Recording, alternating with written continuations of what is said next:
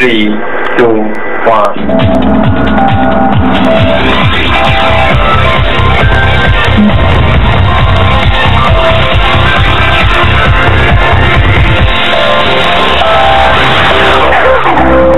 Di hujung nanti kita akan mendapatkan rakan tugas kita Abubakar Atan, dan ini apa yang berlaku di perairan negara kita yang telah pun mendapat perhatian sebenarnya, Nurul. Ya, dan kalau ikutkan rata-rata di ada akhbar di Berita Harian, Kosmo dan juga Metro menceritakan memaparkan tragedi maut sangat cemas ada. Kalau di Kosmo sendiri memaparkan ada 4 kes kesemuanya, dan ini melibatkan kes di lokasi-lokasi yang berbeza.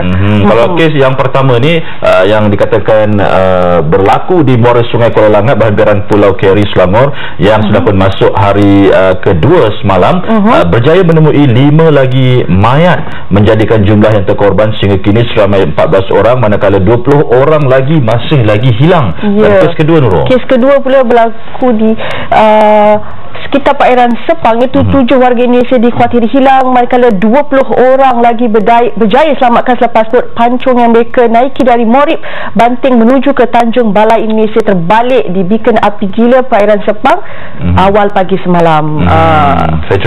Dan juga kita lihat banyak kes yang dikatakan berpunca pada barangkali ejen yang sama.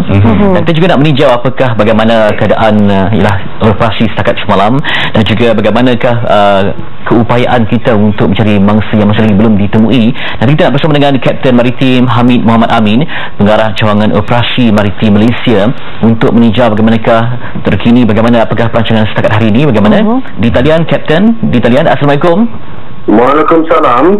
Okey, baik Kapten, mungkin dapat ditumpukan kepada, barangkali kita mulakan dengan kes yang pertama. Bagaimana setakat ini gerakan mencari dan juga menyelamat mereka yang belum lagi ditemui dapat dikemaskinikan setakat jam 7.10 pagi ini, silakan. Ya.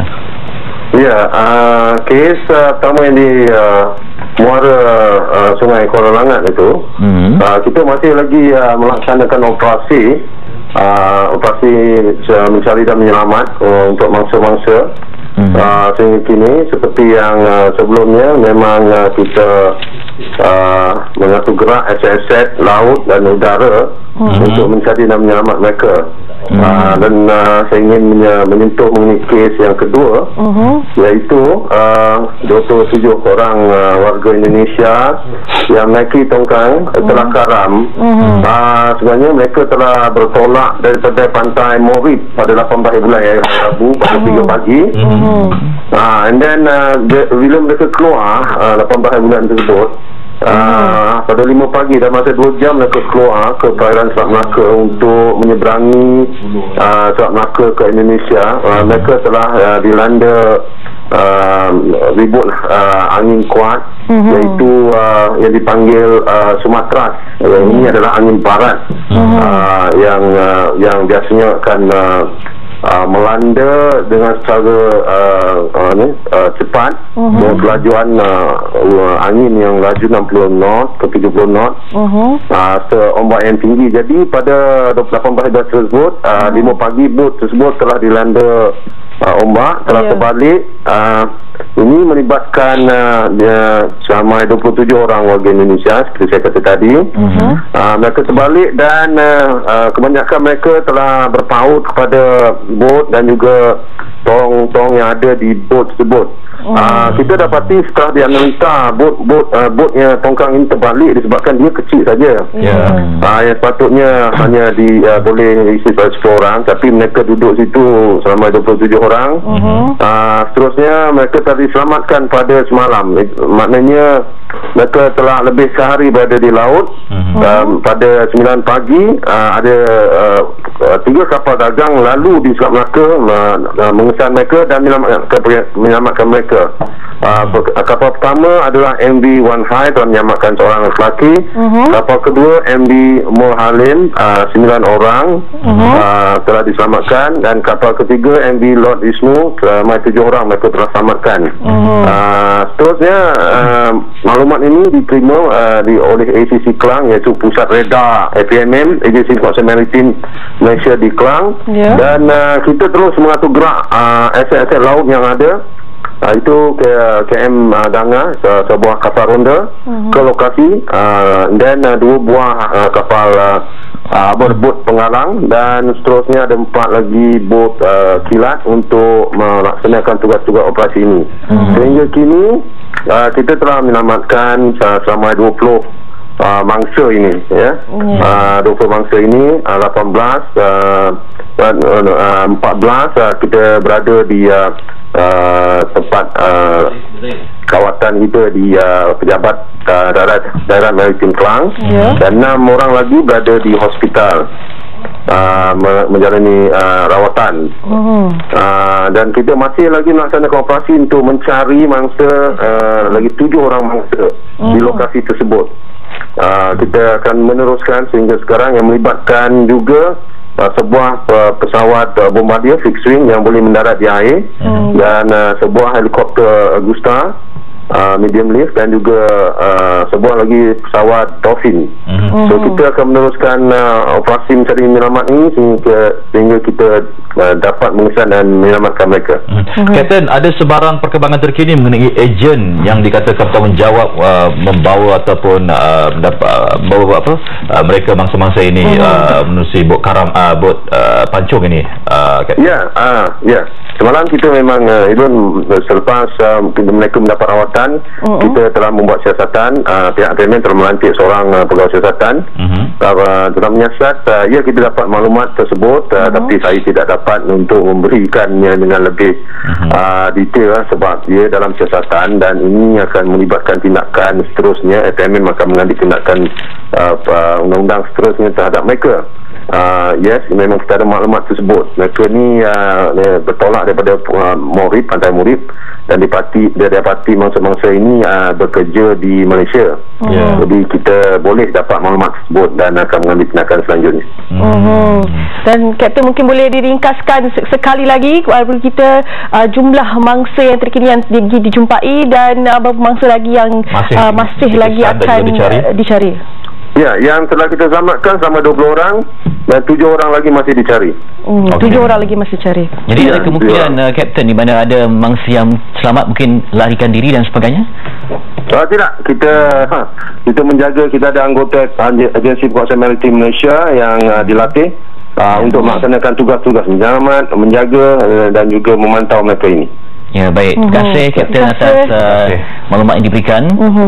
Terima kasih. Itu dia, kita bersama tadi dengan Kapten Maritim Hamid Muhammad Amin, Pengarah Cawangan Operasi Maritim Malaysia, yang mana ianya berlaku dalam waktu yang singkat, beberapa kes yang tak kita jangka, tetapi kita harapkan selepas ini akan memberi perubahan baru supaya bagaimana yang melibatkan banyak pihak sebenarnya, pihak immigration, kemudian pihak yang mengendalikan itu secara rasmi, dan juga bagaimana bantuan daripada kedutaan Indonesia sendiri, juga kerajaan Indonesia sendiri, bagaimanakah isu ini dapat diselesaikan.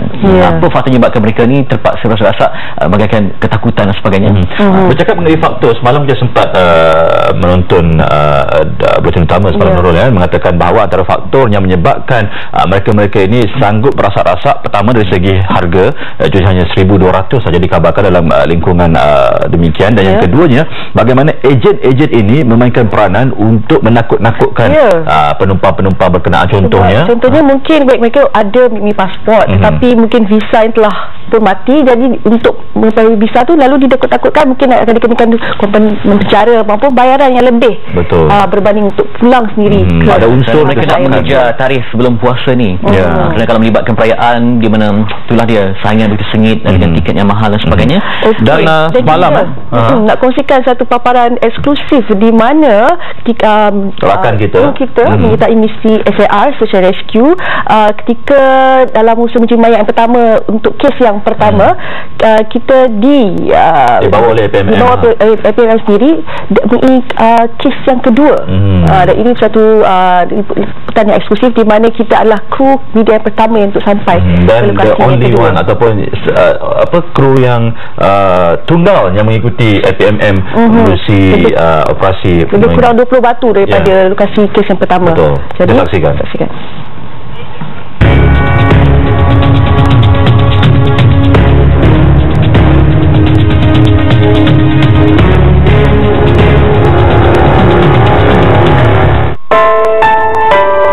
Kejadian tongkang karam yang berlaku di Banting Selangor malam Rabu lalu telah menenggelamkan 97 penumpang, kesemuanya dipercayai warga asing. Ketika kejadian, tongkang terbabit dipercayai menuju ke Aceh. Lantas, keesokannya, kru MHI mengikuti operasi hari kedua mencari dan menyelamat bersama anggota Agensi Penguatkuasaan Maritim Malaysia, APMM.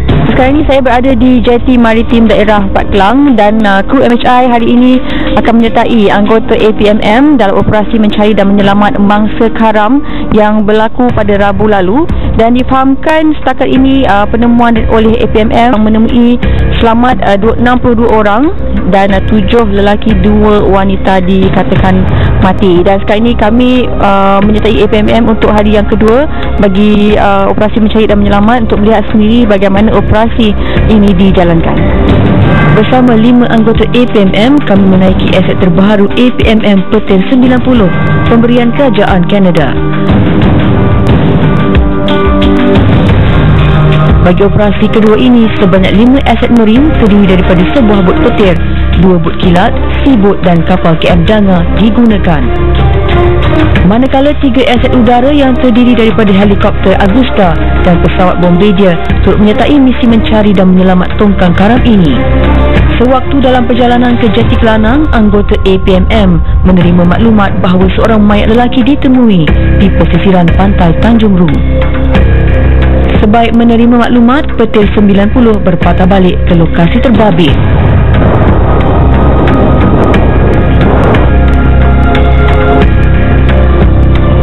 Sekarang jam menunjukkan jam 9 pagi dan kami kini berada di sekitar Tanjung Ru, di mana kami menerima maklumat daripada pesawat Agusta yang menyatakan satu mayat lelaki dewasa telah pun ditemui. Sebenarnya kami ini dalam perjalanan menuju ke Banting untuk sesi taklimat bagi operasi menyelamat dan mencari pada pagi ini. Dan sekarang ini operasi penyelamat sedang dijalankan dan pihak APMM sedang cuba melihat sendiri apakah yang sedang berlaku di kawasan pesisir pantai ini.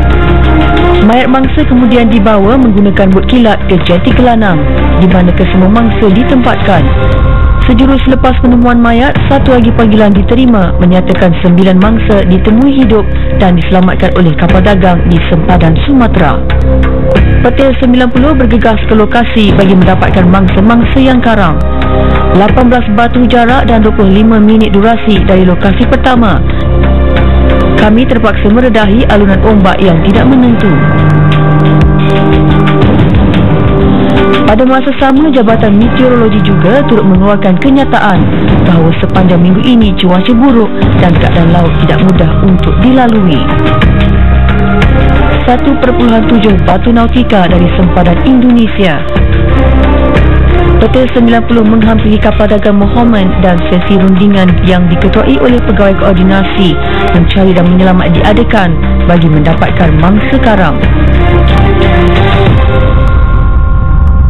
Selepas kita berjaya recover mayat tersebut, kita mendapat maklumat daripada sebuah kapal dagang mengatakan dia telah menjumpai lebih kurang 10 orang mangsa yang hanyut di tengah laut. Jadi atas dasar maklumat tersebut, kru menyelamat APMM yang diketuai oleh bot Petir 90 telah bergerak ke lokasi menyelamatkan mangsa, dan kita berjaya memindahkan semua mangsa-mangsa tersebut ke atas kapal KM Danga.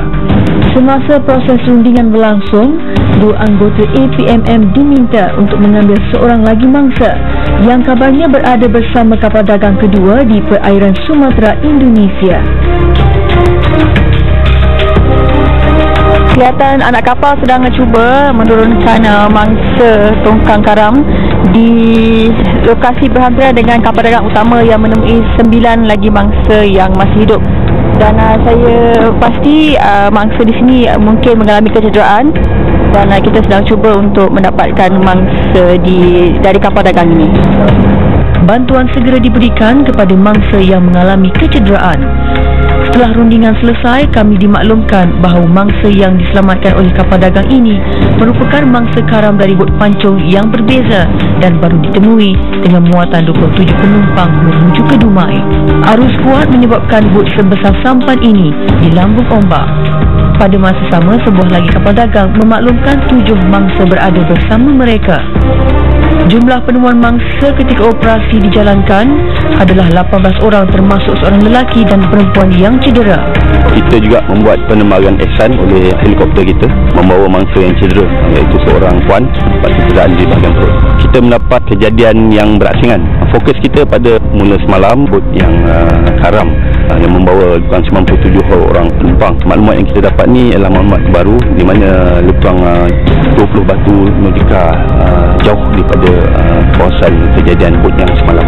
Antara cabarannya ialah macam mana kita nak berkomunikasi dengan bot dagang, di mana saya sendiri tadi berada di atas kapal. Kapten kapal adalah berasal daripada Latvia. Komunikasi agak tidak berapa lancar, tapi kita manage untuk menyelamatkan mangsa.